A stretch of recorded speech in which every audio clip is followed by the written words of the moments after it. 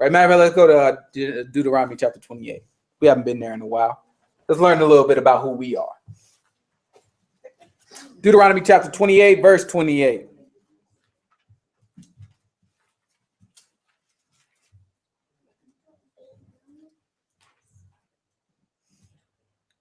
Deuteronomy chapter 28, verse 28. The Lord shall smite thee with madness and blindness and astonishment of heart. All right, so he said he's going to smite thee with madness and with blindness and astonishment of heart. And thou shalt grope at noonday as the blind gropeth in darkness, and thou shalt not prosper in thy ways. All right, so he said you're going to be groping like you don't know where you're going. You don't know what to do, and you're not going to prosper. All right, nothing never going to work for you. Keep going. And thou shalt be only oppressed and spoiled evermore, and no man shall save thee. Right, he said the whole time you're going to be oppressed and spoiled everywhere, evermore. Right, ain't no Martin Luther King going to be able to save you. No Malcolm X going to be able to save you. All these great men that come, no man will be able to save you. Keep going. Thou shalt betroth a wife, and another man shall lie with her. He said you're going to end up getting a wife, and somebody else going to sleep with her. Do y'all know what they used to do to slaves? They used to take them and have babies by the women.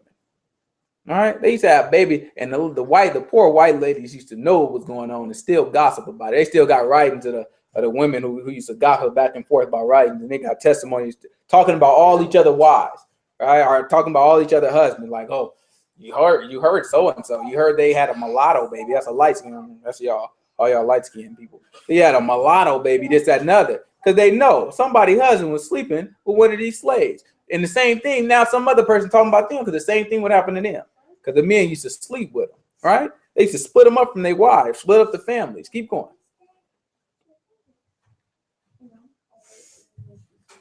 Thou shalt build a house, and thou shalt not dwell therein. Thou shalt plant a vineyard, and shalt not gather the grapes thereof. All right, we used to do all they work in the field. What did we get from it? Absolutely nothing. Keep going. Thine ox shall be slain before thine eyes, and thou shalt not eat thereof. Thine donkey shall be violently taken away from before thy face, and shall not be restored to thee. Thy sheep shall be given unto thine enemies, and thou shalt have none to rescue them. Thy sons and thy daughters shall be given to other people, and thine eyes shall look and fail with longing for them all the day long, and there shall be no might in thine hand. All right, they used to have them on the auction blocks. All right, and they'd take them. Then the kids would get split up from the moms. And what was the mom gonna do? No, I don't want that to happen. They couldn't do anything about it. Kids just be taken. They'd just be longing for them. All right, keep going. The fruit and all thy labor shall a nation which thou knowest not eat up, and thou shalt be only oppressed and cursed always. All right, so where we at right now? America. Where's our land at? Israel. Who's eating the fruit off our land? Gentile. And what are we doing here? Getting trampled over. Getting oppressed always, huh? All right, they kill one of our young men in a way that's against their law, right? It's not our law. We ain't got no laws in this country. So it's against their law. It was against their law the way they killed one of our young men, right? All right, so now they kill him. He is a weed smoker, so he opened up his eyes in hell, right? Because they say, well, according to what they say, if we believe what they say he had THC in his blood. That's against our law, right? Nevertheless, though, it's still against their law how they killed him, all right? They killed him. They got testimony of people saying he had his hands up. He was running away when he was getting shot at. All this stuff, witnesses. They make up some other witnesses that say contrary, and then they make up a grand jury. Let's learn about a grand jury. All these cases, these new police cases that they have, they have something called a grand jury. The difference between a grand jury and a regular jury is a regular jury. You have you have a defense lawyer and you have a prosecutor. So the prosecutor, he's looking at you saying, look, I found this evidence on you. This is what you're being charged with. I'm going to convince these jurors that you are the bad person and you are guilty of this crime. But you have a defense lawyer that take all the evidence and other evidence and look at it and then present no, this is not my client's deal. He did not do these things. And then the jury takes both sides of the information and he decides. A grand jury is a little different. A grand jury, you only have a prosecutor, right? A prosecutor is the only one who presents the evidence and makes a case, right? Then the grand jury decides whether to indict a person. So they don't call them guilty or innocent. They just say, well, you can actually charge them with this crime. So if the grand jury says, okay, well, there's enough evidence here to charge him with a crime, then you charge him with a crime. Doesn't make them guilty. That means that they just go now to a regular jury. All right. So the thing about grand juries is usually the prosecutor, right, has a grand jury and they always can indict, right? They always indict them every single time, almost virtually every single time. If you look up the numbers, it's very, very rare that the prosecutor doesn't indict. The grand jury doesn't indict. And the reason is because that's what the prosecutor wants. A prosecutor's main job, only job, is to bring charges against a suspect. That's what he's there for. He's only supposed to bring charges against a suspect. So what do you think would happen if a prosecutor didn't want to bring charges against a suspect? Right? If every time that he wants to bring charges against a suspect, the grand jury does what? Indict. What do you think gonna happen to that grand jury if he doesn't want to bring charges against the suspect? They won't indict. Because what he's doing is he's presenting the evidence that he wants to present. He's showing you what he wants you to see, and he'll bring up the defense. So in these cases, you have a prosecutor, right? Or let's say in the Ferguson case, you have a prosecutor that presented evidence and then defended his client, right? Technically, so he's supposed to be prosecuting the man, but he defended him, right? He brought witnesses and he brought evidence to make every witness that testified against Darren Wilson. He brought evidence to make them discredit their evidence, to make it look like, no, that can't be possible. But there was no defense lawyer to be able to be like, no. So now all you need as a grand jury is to look for probable cause. You don't have to, it don't have to be enough to make a person guilty. You don't have to be enough to make a person innocent. All you need is enough ambiguity, enough of like, it could go either way, right? If you ever feel anything like that, then you indict, right? The only way you wouldn't indict if it's just absolutely 100% no chance this person did this. So now you have witnesses. I think it's like 13 witnesses that testified that this man had his hands up and that he was running away, which would make this an illegal, that the least you would think it would need to be investigated, but they don't indict. That's interesting. You have a man caught on camera choking with an illegal chokehold for a police officer to do. Caught on camera, the whole thing, choking him out, and kills the man while he's yelling, "I can't breathe." On camera. A grand jury decides, same way, same process, prosecutor, only one that presents evidence. After a coroner, after looking at it, a coroner calls it homicide. A grand jury decides that, you know what, it wasn't homicide at all, right? He died just because that was going to happen. Whether he got choked or not, he was going to end up dying that same way at that moment. And they look us in our face and they tell us this. On the news, you have a cop that look at it. No, that wasn't on the news. There's a cop on the news looking us all in our face, telling us, no, that actually wasn't a chokehold. I'm an ex-police officer. So now you're telling me I'm looking at this video of this man choking him, and you're telling me I don't see what I see.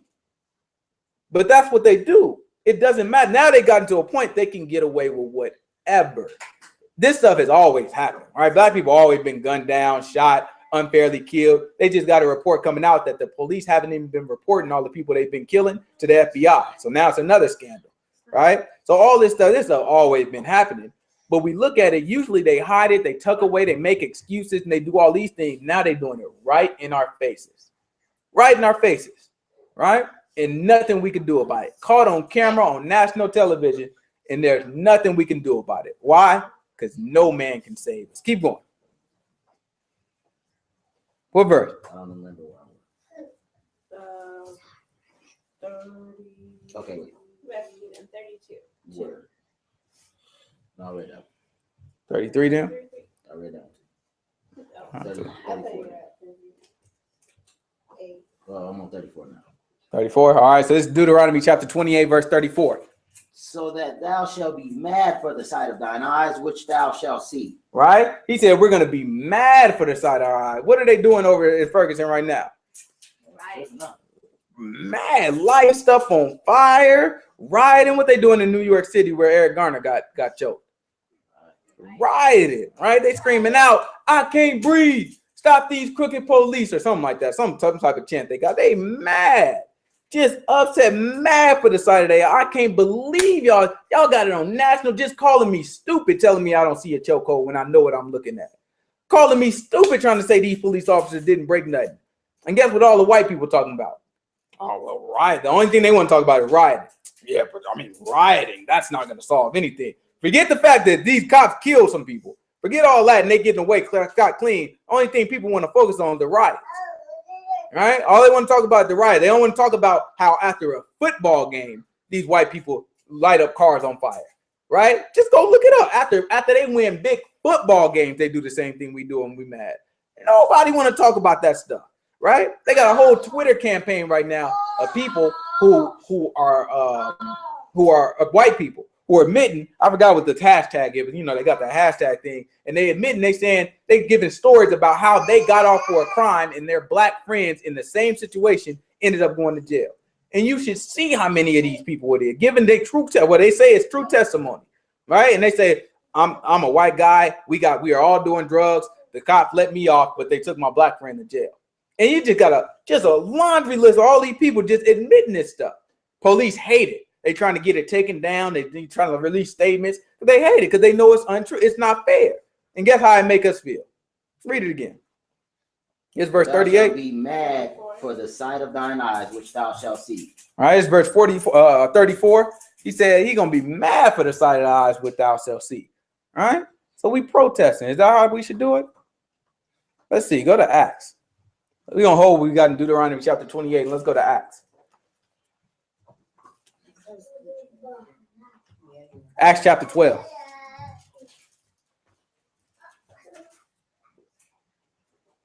Our people just don't know who we are. We don't know who we should be going to. We keep going to this legal system that's not legal, a justice system that we don't have any justice in. And it's not for us to have justice in. We're not supposed to have justice in this system. We mess around and turn our eye. We already turned from God. We had too much pleasure. He let us get too much pleasure in this place. We'll never turn back to God. He's doing this for our good. Acts chapter 12, verse 1. You know, they just, I think it was 2006, 2007. They just renewed our right to vote. Every 25 years, they have to renew our right to vote. They don't tell nobody about none of this stuff. Every 25 years, we have to have our right to vote renewed. Why is it not a bill to just make it permanent? Because we're not permanent. They know it. We don't know it. We don't want to believe it. We always want to try to kiss up to Massa, all right, and try to get Massa to approve of us. That's not what we need to do. We should be looking for one man's approval. Go Acts chapter 12, verse 1. Now about that time, Herod the king stretched forth his hand to vex certain of the church. So who is Herod the king? Was he a Jew? No. Not a Jew, right? He wasn't a Jew. Herod the king, he worked for Rome, right? He worked for Rome. So now he stretched out his hand to do what? To vex certain of the church. Right? So he is vexing the whole congregation, the assembly. What happened next? And he killed James, the brother of John, with the sword.